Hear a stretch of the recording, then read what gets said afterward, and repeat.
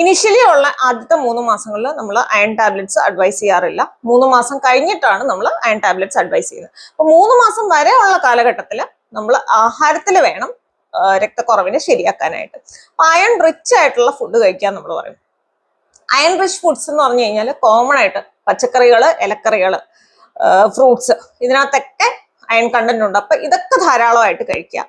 പിന്നെ സ്പെസിഫിക്കലി നമ്മൾ പറയുന്നതെന്ന് വെച്ച് കഴിഞ്ഞാൽ ഉണക്കമുന്തിരി, ഈന്തപ്പഴം, അതുപോലെ തന്നെ കരിപ്പട്ടി, ശർക്കര, എള്ള്, റാഗി, ഇതിനകത്തൊക്കെ ഹീമോഗ്ലോബിൻ കൂടാനുള്ള അയണിന്റെ കണ്ടന്റ് നന്നായിട്ടുണ്ട്. അപ്പൊ ഈ ആഹാരങ്ങളൊക്കെ കൂടുതലായിട്ട് നമ്മുടെ ആഹാരത്തിൽ ഉൾപ്പെടുത്തേണ്ടത് അത്യാവശ്യമാണ്.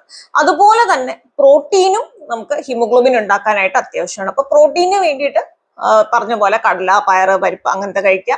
ഡെയിലി ഒരു മുട്ട കഴിക്കുന്നത് നല്ലതാണ്. 1 ഗ്ലാസ് പാല് കുടിക്കാം, അല്ലെങ്കിൽ 1 കപ്പ് തൈര് കഴിക്കാം. ചിക്കൻ, ഫിഷ്, ഏതാണോ പ്രോട്ടീന് നിങ്ങൾ എടുക്കുന്നത് അതുപോലെ തന്നെ കണ്ടിന്യൂ ചെയ്യുക. ഇതുവരെയായിട്ടും ഡയറ്റിൽ അത് ഉൾപ്പെടുത്തിയിട്ടില്ലെങ്കിൽ തീർച്ചയായിട്ടും പ്രോട്ടീന്റെ അളവും വളരെയധികം ഇമ്പോർട്ടന്റ് ആണ് രക്തക്കുറവ് കറക്റ്റ് ചെയ്യാനായിട്ട്.